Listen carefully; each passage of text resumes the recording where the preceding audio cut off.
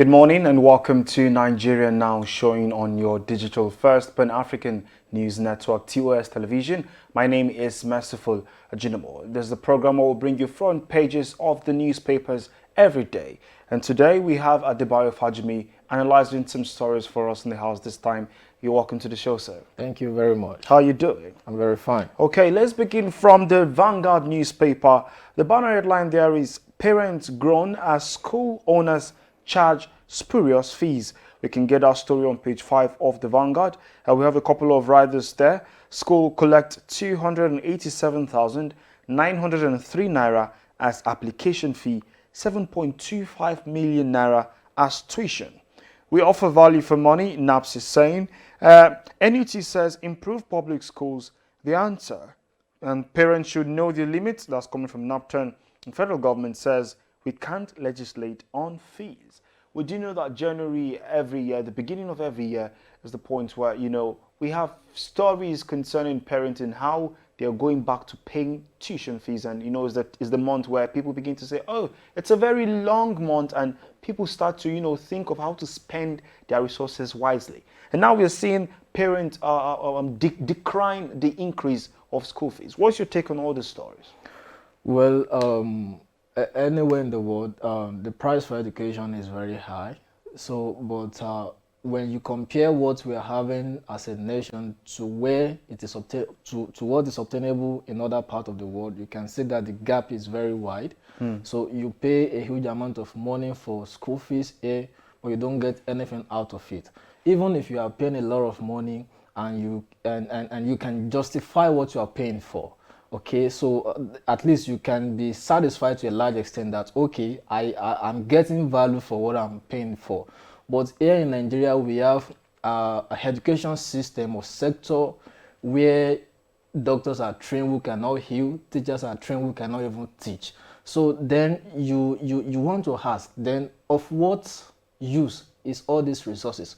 So, and that is why the stakeholders in that sector need to stop, playing with the future of this country. And that is why we are not even developing, so to say, because when you are not being decisive and you are not, putting your best, you are not being sincere, especially, those leaders in that sector, they are not being sincere, as regard the value they are, putting out to people. So there is no way we can make progress. So I think we need to we need to be sincere, in that very aspect. And if we are paying as much as that, there should be, if you go around the society, you can just try to ask people and just try to do a kind of survey and see what is happening. You see a number of students who cannot even justify what they are going to, what they have been to school for. So it is very sad. It is very sad, and I think it is high time we stop this and do the needful because of the future of our country. True, because of the future of the country, which is the student and children. Still on the Vanguard newspaper, we see from the besides the picture of the day there, polio virus outbreak, 27 state FCT on alert.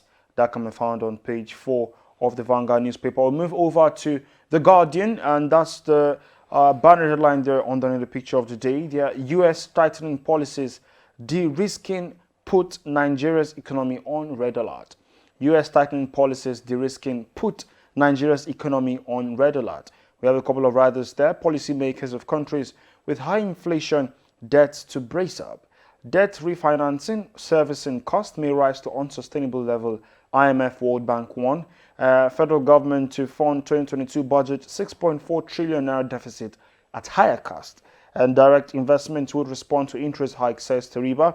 Nigeria's market to expect higher interest, sources suggest. That can be found on the Guardian newspaper for today. And the Nigerian Tribune newspaper banner headline there talks about battle for 2023 hot up. We have a couple of riders there. North Central legislators pass vote of confidence in Buni, endorse Bello for president. Drop your ambition, let's jointly fix APC stakeholders, tell Tinubu, Kalu Umahi. And then Delo Modo informs PDP of presidential bid. Ohanu Bunwa joins race. Group kicks over Umahi's ambition. That can be found on page 28 and page 29. We know that this year is the year where everything happens, where all the activities we're expecting pre-election begins to happen, the campaign, the basically drama. But in your own in your own opinion, what is that right definition of the president that we need for Nigeria in 2023? We need a president who can redefine leadership, who is not sentimental, who is focused, and who can lead by example. So I think if we can do that, if we can have that kind of person, Nigeria will be better for it. But with all these big wigs and all these characters, coming up to say they want to be the president come February next year. Well, I don't know. I'm just afraid. I'm just afraid because we know them. We know their, we know their track record. We know what they have done. Even though it is their right to vote and to be voted for, but with the cycle of the leadership that we have at the moment, I'm afraid of what becomes of the future of Nigeria. So what do you think can be done about that? Because I know before now we've spoken about the not too young to run bill and everything. People have the right to go and establish parties, just get your certificate and get people. Of course, anybody can vote and be voted for. So what is really the issue in this time? Well, I think those people that can really get that done are not prepared. And I'm talking about the youth. They are not informed, and worst part is they don't have political education. Most of these people do not even know what is going on in their local council. They don't know their local government chairman. Do they even know the roles of local governments in their community, in their society? Some of them don't even know the names of the governor of their state, let alone the deputy governor. I've met a lot of them like that. I've interviewed them. I can see what they are churning out. So they are not even concerned. Most of them on election day, they don't vote. They just, lock themselves indoor watching TV and be doing all manner of things that will not even add value to their lives.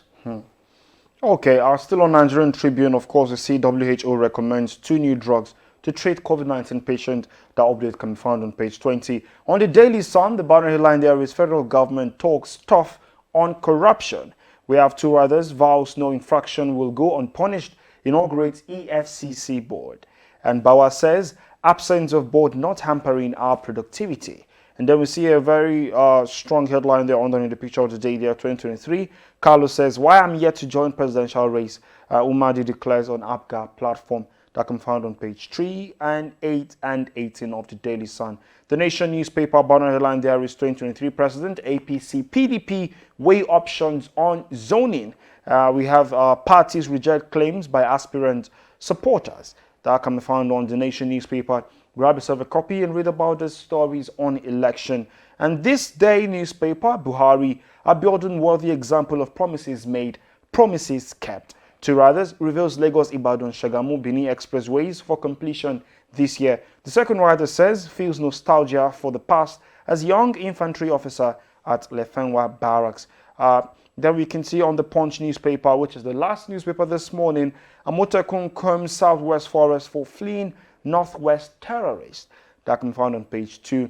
We have 2 writers. The first, Ekiti Amotekun collaborating with hunters, farmers, forest guards to fish out criminals Band-Aid. And the second, President's recent statement shows he doesn't understand how serious insecurity is. And that's coming from Afeni Ferre. And all of that can be found on the Punch newspaper. Don't forget, you can also stay updated on our website. That is www.tostvnetwork.com. Our social media platforms are right there for you to stay updated on the happenings in Nigeria and across Africa. That is at TOSTV on Instagram, Facebook, and Twitter. Our website, YouTube is right there for you to subscribe so you do not miss out on amazing content that we have prepared for you every day. Thank you for joining us. Mr. Adebayo, thank you so much for joining us today. You're welcome. And have a wonderful day. We'll see same time on Monday next week. Do have a wonderful day and stay safe, okay? Bye.